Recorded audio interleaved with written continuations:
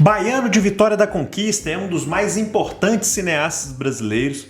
Aclamado no Festival de Cannes com apenas 25 anos de idade, é um dos pais do cinema novo, que bebeu das fontes da Nouvelle Vague francesa e do neorrealismo italiano, mas buscou superá-las com um cinema genuinamente brasileiro, engajado e provocador. Com posições políticas fortes, foi amado, odiado e até perseguido em um dos períodos mais dramáticos da história recente brasileira. Bora falar um pouco sobre Glauber Rocha, algumas de suas polêmicas, além da indicação de 4 filmes para conhecer melhor o trabalho desse extraordinário cineasta brazuca.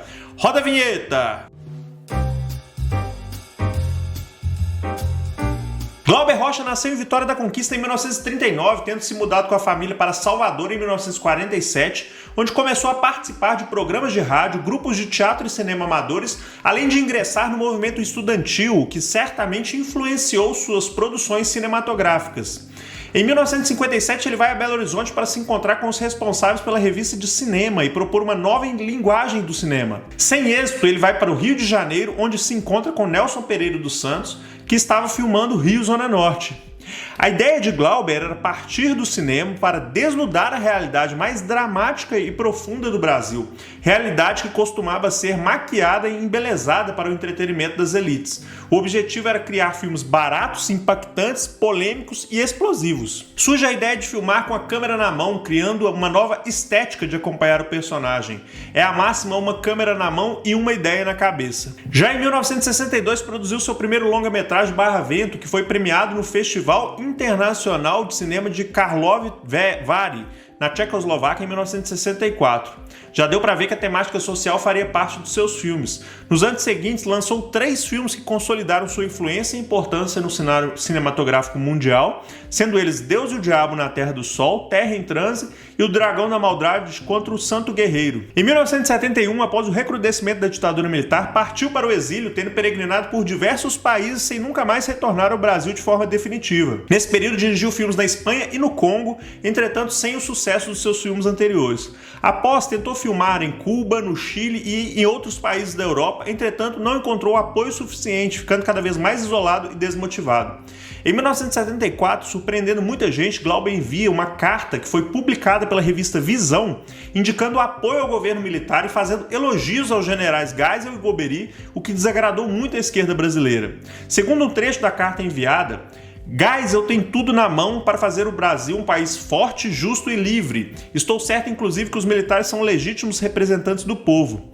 Para surpresa geral, li, entendi e acho o general Golbery um gênio mais alto da raça ao lado do professor Darcy Ribeiro. O aceno à ditadura militar brasileira, apesar de possibilitar o retorno provisório de Glauber ao Brasil e viabilizar a produção de mais um longa seu, A Idade da Terra, isolou ainda mais o cineasta, que a partir daí passou a ser subversivo demais para os conservadores de direita e reacionário demais para os progressistas de esquerda. No Festival de Veneza de 1980, Glauber se envolveu em uma briga com Louis Malle, que venceu o Leão de Ouro com o filme Atlantic City, superando A Idade da Terra do brasileiro. Após a premiação, Glauber afirmou que o prêmio foi uma tramóia arquitetada, pois o filme de Malle tinha sido produzido pela Gaumont, uma multinacional imperialista. Os cineastas quase saíram no tapa na ocasião.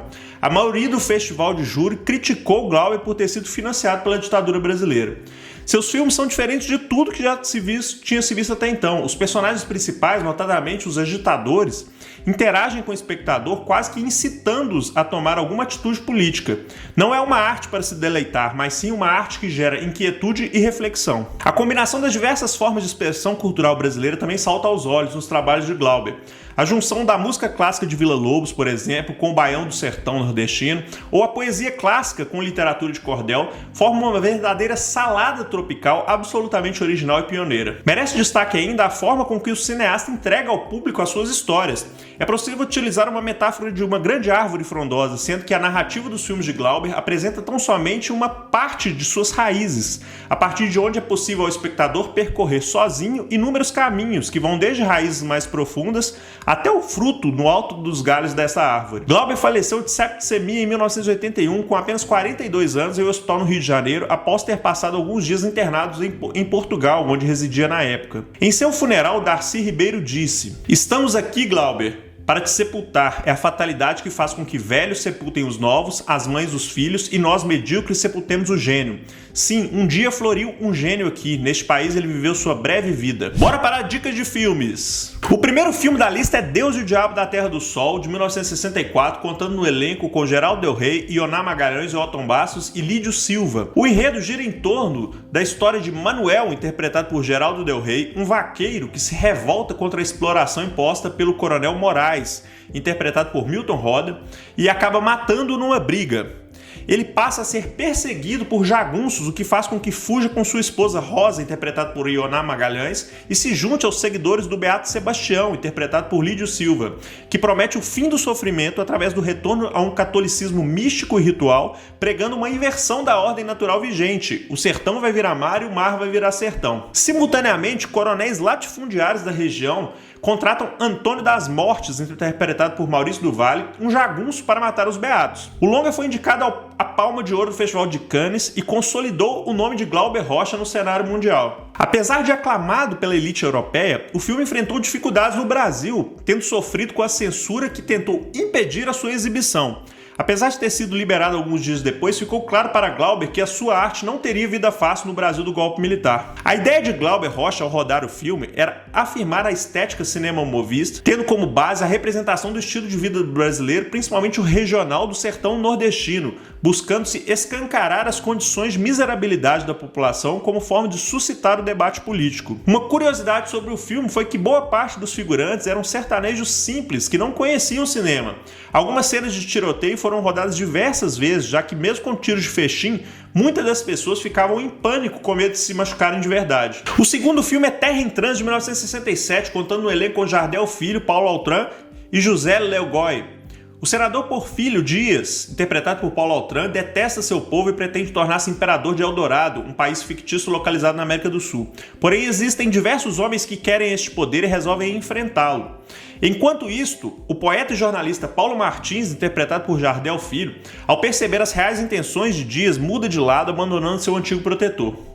O filme mostra como o povo é usado como verdadeira massa de manobra por políticos de espectros diversos, evidenciando que o que controla os rumos do país é o poder econômico, principalmente o internacional. Merece destaque a cena na qual o homem do povo, representado pelo grande Flávio Miliaccio, é esculhambado como extremista tão somente por expor as mazelas da população carente. O filme venceu o Prêmio Internacional Critics do Festival de Cannes de 1967, além do prêmio de melhor filme do Festival de Havana. Apesar do sucesso internacional, o longa também sofreu com a censura no Brasil, quase tendo ficado de fora do Festival de Cannes, porque o governo brasileiro ameaçou não autorizar a sua participação.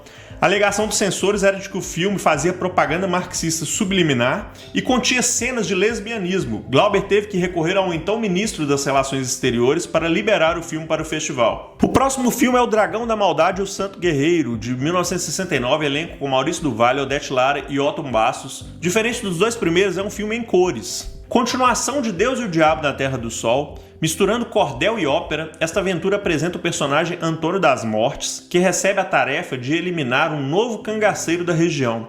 No caminho, ele encontra diversos jagunços e coronéis e se vê cara a cara com o povo do sertão e com as dificuldades enfrentadas pelos sertanejos. Eventos que farão Antônio adquirir uma nova perspectiva de vida. O enredo vai tornando-se surpreendente ao longo da trama, escancarando aos poucos a índole de cada um daqueles personagens do sertão brasileiro.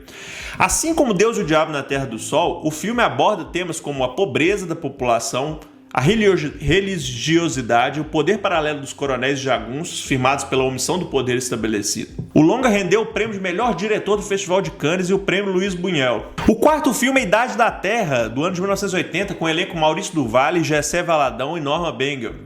Inspirado em um poema de Castro Alves, esse filme faz um retrato da situação política, cultural e racional do Brasil nos finais dos anos 70. Na minha opinião, é o filme mais complexo de Glauber, demandando uma atenção muito especial para compreender a sua narrativa. 4 personificações distintas da imagem de Cristo, um negro, um militar, um índio e um guerrilheiro, são os cavaleiros do apocalipse das terras tupiniquins, lutando contra a ganância e a violência civilizatória do poderoso John Brown, um explorador estrangeiro e inescrupuloso. O filme foi produzido após Glauber retornar ao Brasil do exílio em meio à polêmica gerada pela declaração realizada e publicada na revista Visão, com aceno aos militares que estavam no poder do Brasil.